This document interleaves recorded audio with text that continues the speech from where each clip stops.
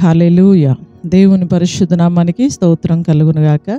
ఈ మంచి ఉదయకాల సమయం దేవుని మాటలు వింటున్న మీ అందరికీ కూడా నా హృదయపూర్వకమైనటువంటి వందనాలు. ఎలా ఉన్నారు?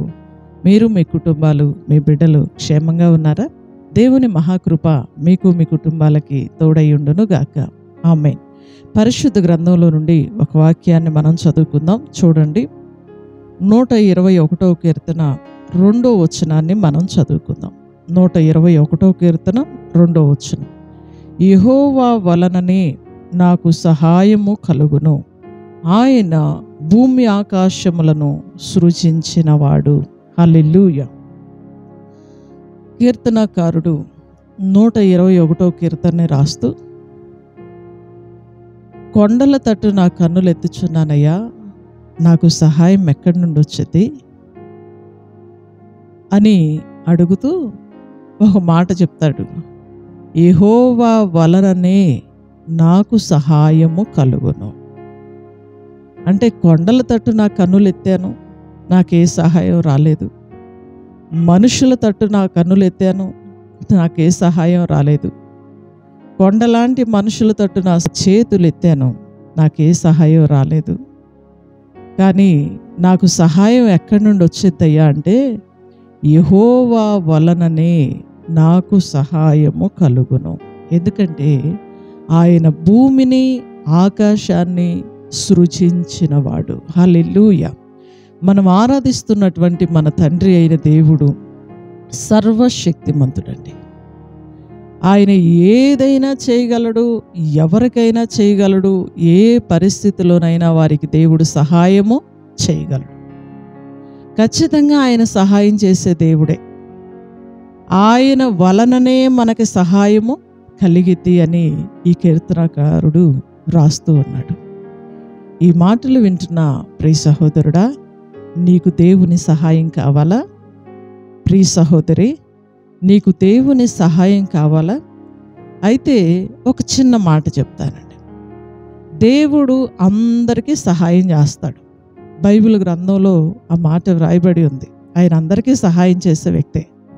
కానీ ఆయన వలననే మనకు సహాయం ఎప్పుడు కలిగిద్ది అంటే, ఒక మాటను మనం చదువుకుందామండి. చూడండి, దినవృత్తాంతాల 2వ గ్రంథం 20వ అధ్యాయం 4వ వచనం. యూదావారు యెహోవా వలనే సహాయమును వేడుకొనుటకై కూడుకొనిరి. యెహోవా యొద్ద విచారించుటకు యూదా పట్టణములన్నిటిలో నుండి జనులు వచ్చేరి. హల్లెలూయా. ఇక్కడ ఒక రాజుని మనం చూస్తామండి. అతని పేరు యెహోషాపాతు. 3 జాతుల ప్రజలు దండెత్తి ఆ దేశం మీదకు వచ్చారు. ఒకేసారి 3 జాతుల ప్రజలు వచ్చేసరికి ఆయనకి ఏం చేయాలో తెలియలేదండి.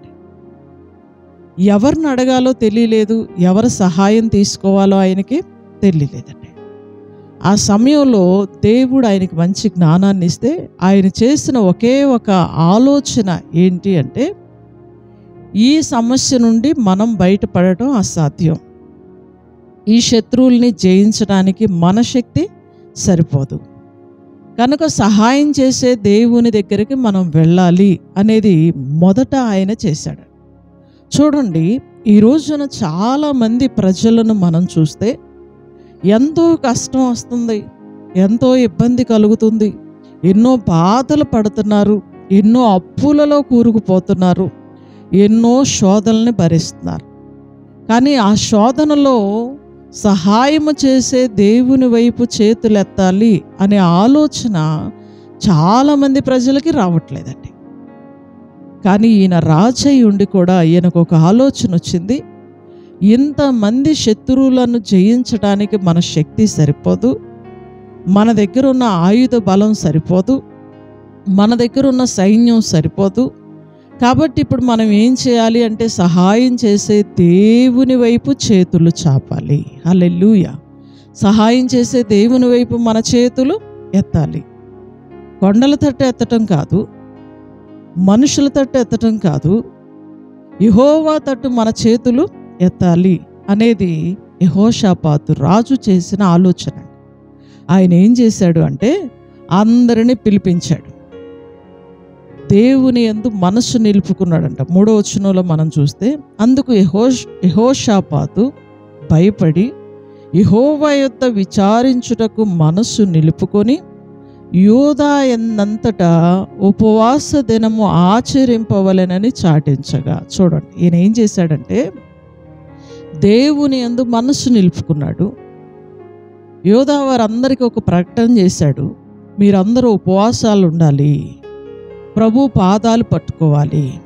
ఈ సమయంలో ఈ శత్రువుల్ని జయించే శక్తి మన దగ్గర లేదు, ఎవరి వలన మనకు సహాయం కలగదు, ఏ మనిషి ఈ శత్రువుల చేతుల్లో నుండి మనల్ని విడిపించలేడు. కాబట్టి మనం విడిపించే దేవుని పాదాలే పట్టుకోవాలి, ఆయనే మనకు దిక్కు అని అందరినీ పురికొలిపి యూదా ప్రజలందరినీ కూడా పిలిపించి ఉపవాస దినాన్ని చాటించేశాడు. అందరూ భోజనం చేయడానికి వీల్లేదు, ఉపవాసం ఉండాలి, ప్రభు పాదాలే పట్టుకోవాలి, ఆయన సహాయమే మనకు కావాలి, దేవుని దగ్గర మనం విచారణ చేయాలి, ఆయన ఏది చేయమంటే మనం అది చేయాలి అని ప్రజలకు ప్రకటన చేస్తే అందరూ కూడా ఉపవాసం ఉన్నారు. దేవుని సహాయానికై అందరూ దేవాలయానికి వెళ్ళారు. చూడండి, ఆ 20వ అధ్యాయం మొత్తం మనం చదువుకుంటే దేవుణ్ణి వేడుకోవడానికి, ఆయన సహాయాన్ని వేడుకోవడానికై అందరూ కూడుకున్నారంట. అందరూ కూడుకొని దేవుని యొద్ద విచారణ చేస్తున్నారంట.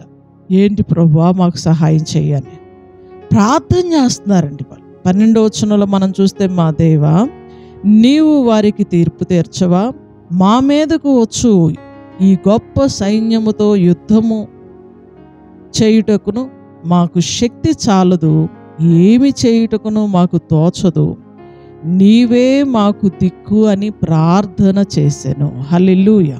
చూడండి, వీళ్ళలో ఉన్న ఒక మంచి లక్షణం ఏంటంటే వాళ్ళందరూ దేవుని యొద్ద విచారణ చేయటానికి ఒక ఉపవాస దినాన్ని చాటించుకున్నారు, ఉపవాసం ఉన్నారు, దేవుణ్ణి వేడుకోవడానికి దేవాలయానికి వచ్చారు, అందరూ కలిసి ప్రార్థన చేశారండి.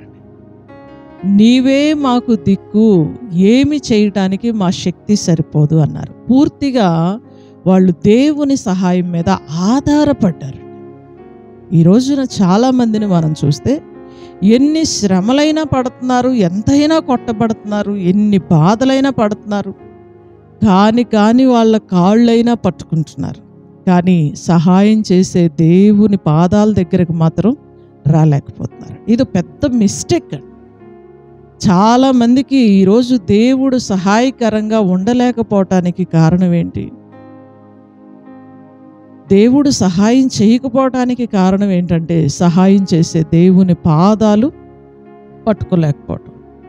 యెహోవా వలననే నాకు సహాయము కలిగిద్ది అని భక్తుడు చెప్పినట్టు యెహోషాపాతు రాజు కూడా అన్నాడు, నీవే మాకు దిక్కయ్యా, ఏమి చేయటానికి మా శక్తి సరిపోదని. అలా ఏ వ్యక్తి అయితే నీవే మాకు దిక్కయ్యా అని ఆయన పాదాల మీద పడతారో వారి జీవితాల్లో ఖచ్చితంగా దేవుడే సహాయకర్తగా ఉండి వాళ్ళకి సహాయం చేస్తాడు. హల్లెలూయా. సహాయం చేస్తాడు. యెహోషాపాతు రాజు మొరపెట్టుకున్నాడు. ఈ 20వ అధ్యాయం చివరి వచనాల్లో మనం చూస్తే వాళ్ళు యుద్ధం చేయలా, దేవుడే యుద్ధం చేశాడు, వారికి జయాన్ని ఇచ్చాడు, ఆశీర్వాదాన్ని కూడా ఇచ్చాడు. ఒక్క మాటలో చెప్పాలి అంటే వాళ్ళు ఏమీ చేయలేదు, దేవుడే వారికి అన్నీ చేశాడు. ఎలా చేశాడు? నీవే మాకు దిక్కయ్యా అని అడిగారుగా, నీ సహాయాన్ని మేము వేడుకుంటున్నామయ్యా అని ఆయన పాదాలు పట్టుకున్నారుగా.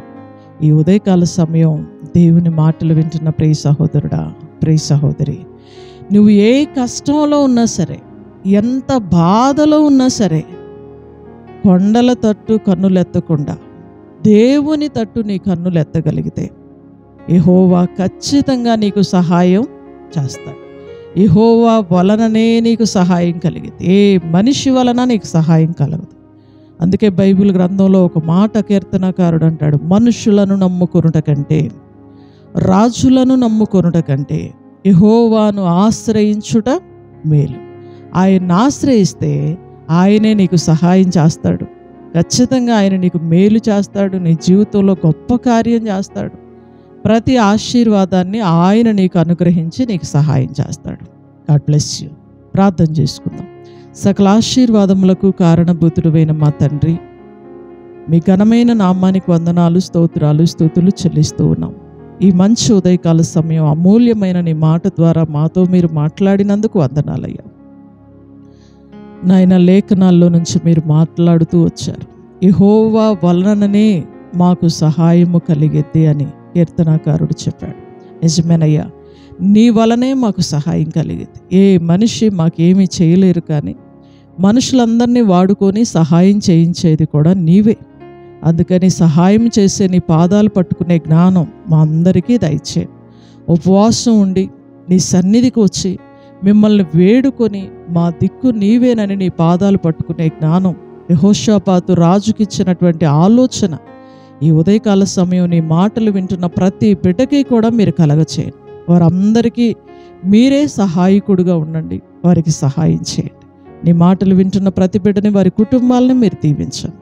ఈ ఉదయకాల సమయం స్కూళ్ళకి, కాలేజీలకు వెళ్తున్న పిల్లల్ని మీ చేతులకు అప్పగిస్తూ ఉన్నాం. ఉద్యోగాలకి, డ్యూటీలకు వెళ్తున్న బిడ్డలను మీ చేతులకు అప్పగిస్తూ ఉన్నామయ్యా. కూలి పనులు చేసుకుంటున్న బిడ్డలందరినీ మీ చేతులకు అప్పగిస్తూ ఉన్నాం. అందరికీ నీ కృపా, కాపుదల, క్షేమం, దీవెన మీరు దయచేయండి. ఈ రోజంతా మీరు కాపాడి క్షేమం ఇచ్చి దీవించమని, ఈ వాక్యపు ఆశీర్వాదాలన్నీ నీ మాటలు వింటున్న ప్రతి బిడ్డకి మీరు దయచేయమని, నజరేయుడును శక్తి కలిగిన యేసుక్రీస్తు వారి అతి శ్రేష్టమైన నామములో ఈ ప్రార్థన మనవులు అడిగి వేడుకొంచున్నాము తండ్రి. ఆమేన్. హల్లెలూయా. God bless you. దేవుడు మిమ్మల్ని దీవించునుగాక. అందరికీ వందనాలు. తిరిగి రేపు ఉదయకాల సమయం ఇదే సమయానికి మరలా మనం కలుసుకుందాం. దేవుని మహాకృప మీకు తోడై ఉండునుగాక. ఆమేన్. Praise lord.